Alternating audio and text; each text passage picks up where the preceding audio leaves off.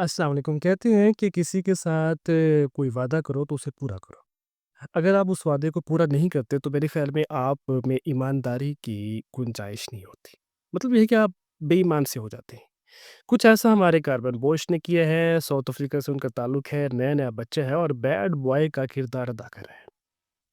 और लग रहा है जिस किस्म के हालात उसने पैदा कर दिए हैं पीएसएल में उसकी नुमाइंदगी होनी थी पेशावर ज़ल्मी की तरफ से डायमंड कैटेगरी में वो मुंतखब हुए थे और ऐसा लग रहा है कि जिस किस्म की हरकत उन्होंने कर दी है वो बैन होने वाले हैं। जिस तरह हैरी ब्रूक 2 साल के लिए आईपीएल से बैन हो चुके हैं, तो ये भी बैन होने वाले हैं। मेरे ख़्याल में अगर आप किसी के साथ किसी किस्म का कोई कॉन्ट्रैक्ट करते हैं, चाहे वो ज़ुबानी कॉन्ट्रैक्ट हो या किसी भी किस्म की कोई असाइनमेंट हो या कुछ भी हो, आप जब साइन कर लेते हैं, आपकी ज़ुबान हो जाती है और ईमानदार आदमी हमेशा ज़ुबान पर कायम रहता है।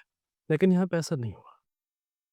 असल में हुआ ये है कि पीएसएल में इनकी नुमाइंदगी बिल्कुल होनी थी और अम, कुछ ऐसा हो गया जो इन्हें आईपीएल में जाना पड़ा।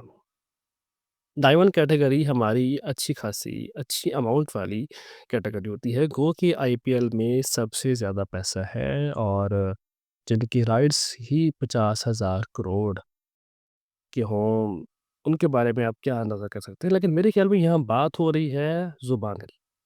आपका कैरेक्टर ये शो करता है कि बात पैसों की नहीं होनी चाहिए। आप किसी के साथ जब ज़ुबान करते हैं, अपनी मौजूदगी का इज़हार करते हैं और लिख के देते हैं कि हम पीएसएल में खेलेंगे या किसी भी जगह पर, किसी भी ऑफ़िस में आपको डुअल जॉब्स मिलती हैं, अगर एक जॉब ज़्यादा अच्छी हो तो आप उसे प्रेफ़र करते हैं, ऐसा होता है।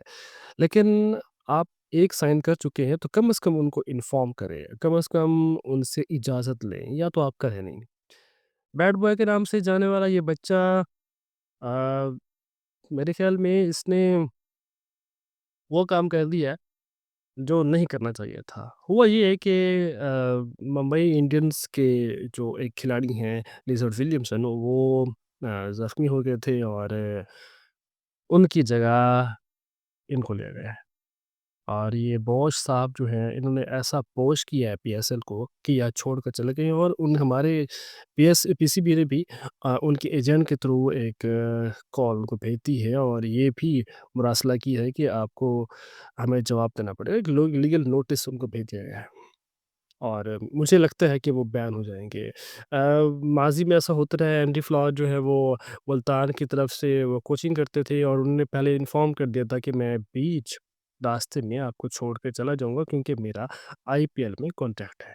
इसी तरह माज़ी में क कराची किंग के साथ पोलार्ड भी होते थे और पोलार्ड ने भी पहले इन्फॉर्म कर दिया था कि मैं आईपीएल को जॉइन करूँगा।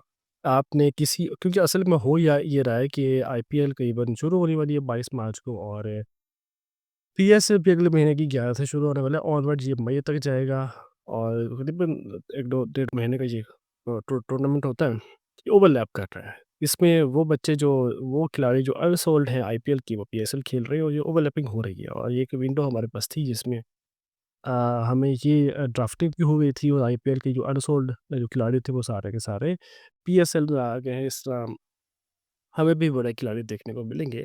लेकिन मेरे ख़्याल में जिस तरह हैरी ब्रूक को बैन किया गया है, इस तरह इनको भी बैन करना चाहिए और बोश को एक अच्छा ख़ासा झटका लगना चाहिए क्योंकि अभी उसका करियर स्टार्ट होने वाला है और जिसका करियर स्टार्ट होने वाला हो, उसे इस किस्म के पंगे नहीं लेने चाहिए। आप डायमंड कटर से खेल रहे हैं, आपका पहला टूर्नामेंट है, आप इससे पहले किसी भी टूर्नामेंट में नहीं खेले हुए, फर्स्ट टूर्नामेंट है आपका, तो आप उसको अच्छे तरीके से निभाते हैं।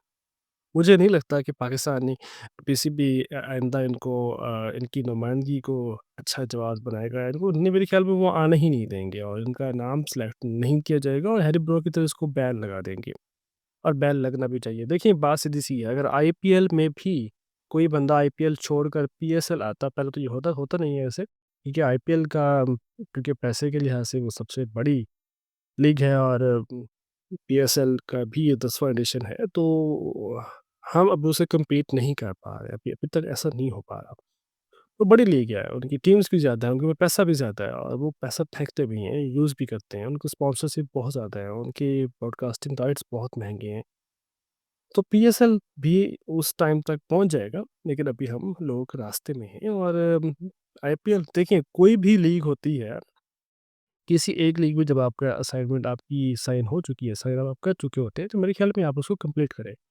उसको कंप्लीट करें, उसके बाद कहीं आप जाने की सोचें, देन आपका बेहतर सिस्टम हो सकता है। और मेरे ख्याल में इनका ये पहला ही टूर्नामेंट था, अभी बच्चे हैं और पहले ही टूर्नामेंट में इन्होंने इस तरह का किरदार अदा किया है, इनकी हरकतें लग रहा है कि पीसीबी इनको ज़्यादा सिलेक्ट नहीं करेगा।